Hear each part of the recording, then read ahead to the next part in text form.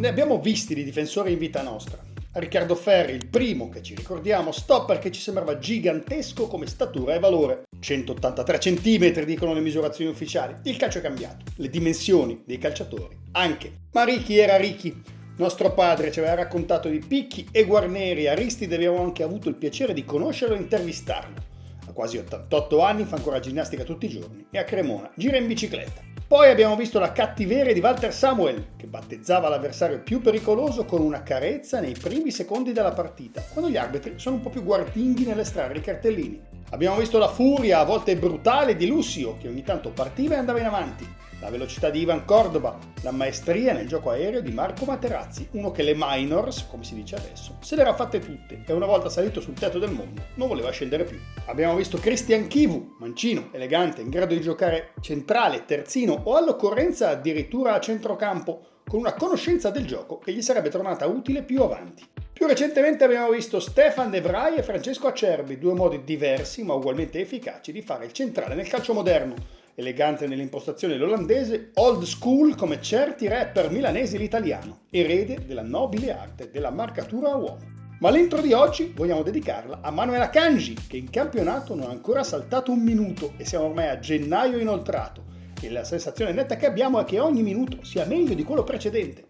La masterclass vista o intravista nella nebbia di Parma è solo la copertina di un inizio di stagione da brividi e qualcuno, sommessamente ma non troppo, inizia a fare il suo nome come candidato a MVP della Serie A. Un armadio fisicamente velocissimo con piedi da centrocampista, non a caso. Ogni tanto Guardiola lo schierava lì e non è che sia proprio cosa di tutti giocare in mezzo nei centrocampi di Pep. Semplicemente Akanji, il professore. Mommy told me I should sing all this paper, but I can't really take it to the grave. And I don't know how long I got, cause the streets are getting hot. And I just feel like I'm 6 feet away, cause I've been getting all this money.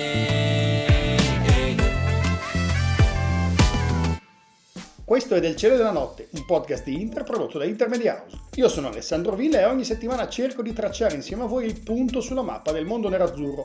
Oggi siamo qui. Siamo qui dove tutto è iniziato a prendere forma un girone dopo Inter-Napoli, dopo Napoli-Inter. All'andata fu una partita stranissima che l'Inter dominò nella prima mezz'ora ma che fu sbloccata dal Napoli, con un rigore visto in differita dall'assistente, come ogni assistente distante una trentina di metri abbondante dal luogo del delitto o presunto tale. Fu anche l'ultimo calcio al pallone di Kevin De Bruyne per il 2025, infortunatosi proprio durante la realizzazione del rigore. Tolto lui di squadra, Antonio Conte ha perso senz'altro in qualità, ma guadagnato enormemente in compattezza varando un 4-3-3 che esalta a pieno le qualità di David Neres, in dubbio fino all'ultimo, che all'andata fu decisivo da falso 9. Inter e Napoli tornano a combattere per lo scudetto, dopo lo scorso anno e dopo i Glory Days, come da canzone springsteeniana, di Maradona e Matteus, che Inter e Napoli la giocarono anche in 2 finali della Coppa del Mondo, una vittoria per parte. Mettiamo ordine però e facciamo un breve ma istruttivo viaggio nella storia di questa sfida, che inizia a essere sulla mappa del calcio italiano dal 1989, quando si contendono appunto lo scudetto le due squadre.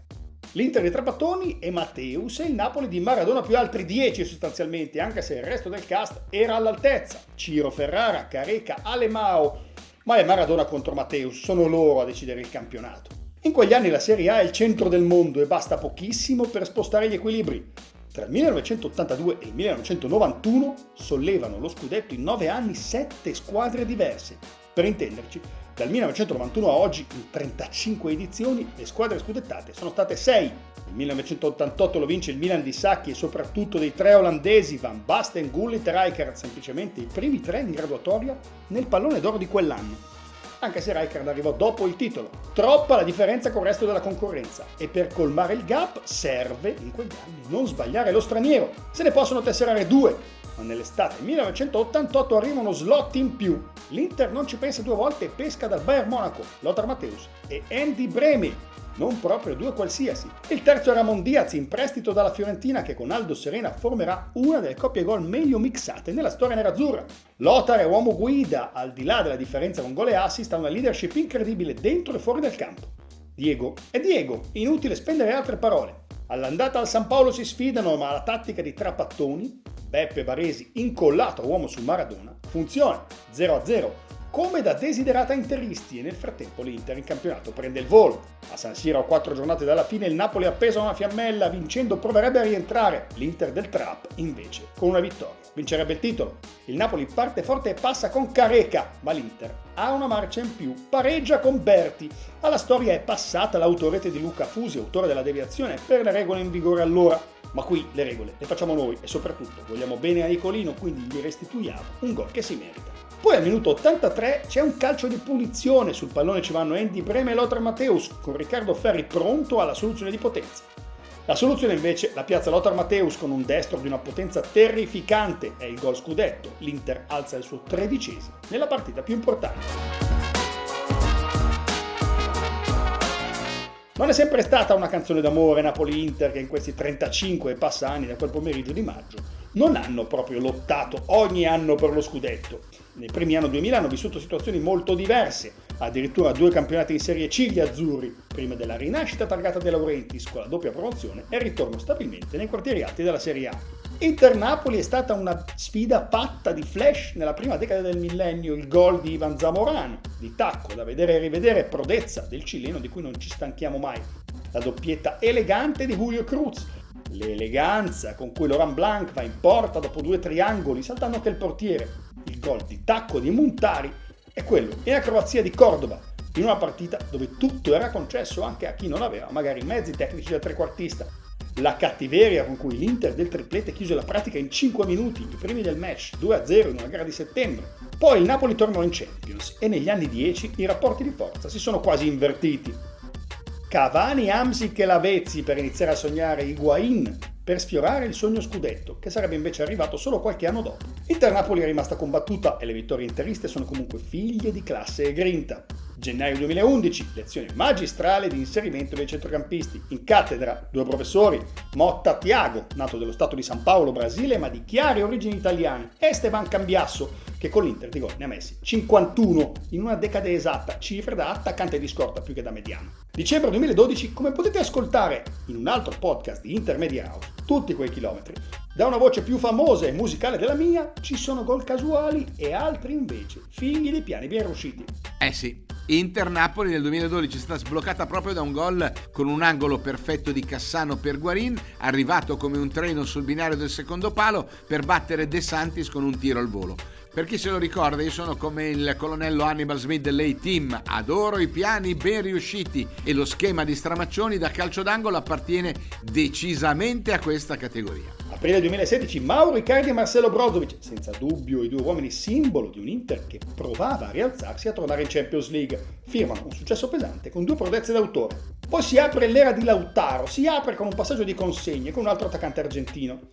Il 2018-19 inizia con Mauro Icardi numero 9 e capitano e Inter-Napoli è la gara simbolo della staffetta. La partita si apre con una giocata maradoniana di Icardi che prende la traversa direttamente dal calcio d'inizio. Sarebbe stato il gol più veloce della Serie A e forse anche il più matto. Si chiude invece con il primo vero guizzo di Lautaro, che in campionato con l'Inter aveva già segnato contro Frosinone e Cagliari, ma in gare più semplici. Col Napoli, nel primo e finora ultimo Boxing Day della storia della Serie A, peccato perché era un'idea divertente, la partita l'Inter la vince all'ultimo respiro con la prima giocata di Lautaro da Lautaro, con un pallone deviato al minuto 94 con la rabbia che solo chi sa, che era solo questione di tempo prima di prendersi San Siro, ma non poteva più aspettare. Lautaro, Javier Martinez, 1-0. E poi arriviamo alla cronaca più che alla storia. Con Conte in panchina l'Inter batte 2 volte il Napoli a San Siro, 2 gare attente, misurate, essenziali, vere. Poi arriva Simone Inzaghi e la partita della svolta del suo ciclo è forse proprio contro il Napoli. Al primo anno, il 21 ottobre 2021, l'Inter va sotto con un gol quando si dice la combinazione di Piotr Zielinski. La sconfitta significherebbe più o meno rompete le righe, invece l'Inter la ribalta e rimette in bolla la sua stagione. Un rigore di Çalhanoğlu, una furbata di Ivan Perisic, un altro sigillo di Lautaro Martinez. La partita si riapre nel finale col gol di Mertens e resta aperta fino all'ultimo respiro, ma l'Inter la porta a casa. Il Napoli non è ancora da scudetto, lo diventerà l'anno successivo, ma a San Siro deve inchinarsi comunque. Il gol di Dzeko su un assist sontuoso di Di Marco serve all'Inter nel 2022-23, anno del trionfo degli azzurri, a prendere lo slancio per una cavalcata esaltante in Champions League, fatto salvo l'amaro atto finale e che in campionato serve comunque ad agguantare il terzo posto. Il penultimo, Inter-Napoli, è una passerella verso la seconda stella con i gol di Darmian e dell'ex Juan Jesus. L'ultimo, invece, è una sfida di box, colpo su colpo. Antonio Conte la prepara per non perderla e ci riesce, ma solo grazie a un errore dal dischetto di Hakan Çalhanoğlu. Da quando il turco è all'Inter ci sono state 2 eclissi totali di sole, un'Olimpiade e 2 rigori sbagliati. Il primo finì proprio sul palo alla destra di Meret e uccise in culla la rimonta interista. Prima ci furono il gol di McTominay su calcio d'angolo e il pareggio proprio del turco con un golasso dalla distanza. E ora, un attimo, ci arriviamo ai giorni nostri. Prima però, l'interista che non ti ricordi. Per la vostra rubrica preferita, l'interista che non ti ricordi, parlando di Inter-Napoli, è Igor Shalimov. È arrivato dalla Russia, l'ha portato Gorbaciov. Shalimov. I cori dei tifosi, si sa, vanno presi con le pinze, anche quelli non censurabili, ma raccontano più di molto altro lo spirito del tempo. E Gorbaciov qualcosa c'entrava, visto che l'Unione Sovietica non esisteva più nel 1991, quando Shalimov si trasferì in Italia, al Foggia di Foggia, come ci tenne a precisare il russo nella prima intervista. Figlio di un operaio, non poteva che giocare nello Spartak Mosca. Hobby? Leggere Dostoevskij, giocare a scacchi e un terzo prodotto preeminentemente russo che non nominiamo, ma che potrete facilmente intuire. Il caviale? Sì, il caviale. Il Foggia di Foggia era tale soprattutto per Zdeněk Zeman, allenatore che come nessun altro sapeva valorizzare il talento sotto rete dei suoi giocatori. E Igor non fece eccezione. 33 partite, 9 gol, niente male per un centrocampista. La chiamata è quella giusta l'estate successiva all'Inter, dove è il quarto straniero, dopo Darko Pančer, Ruben Sosa e Mattias Sammer. Il nerazzurro alti e bassi, ma trova qualche gol, ne segna addirittura 2 alla Juve, andata e ritorno. Poi il rendimento cala e cominciano i prestiti prima della cessione a titolo definitivo. Torna in Italia, passando anche da Napoli, ma è l'ombra del magnifico giocatore del Foggia di Foggia e del primo anno interista.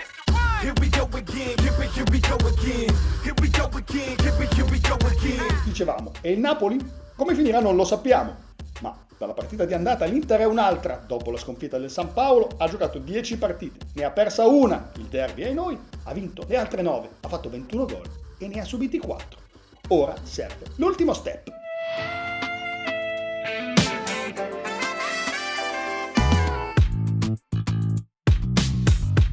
Del cielo della notte è un podcast di Inter prodotto da Intermedia House. Se vi è piaciuto e anche se vi è piaciucchiato, ma pensate che la prossima puntata sarà sicuramente un filo meglio, cliccate la campana che trovate appena sotto al titolo del podcast su Spotify per non perdere neanche un episodio e darci 5 stelle.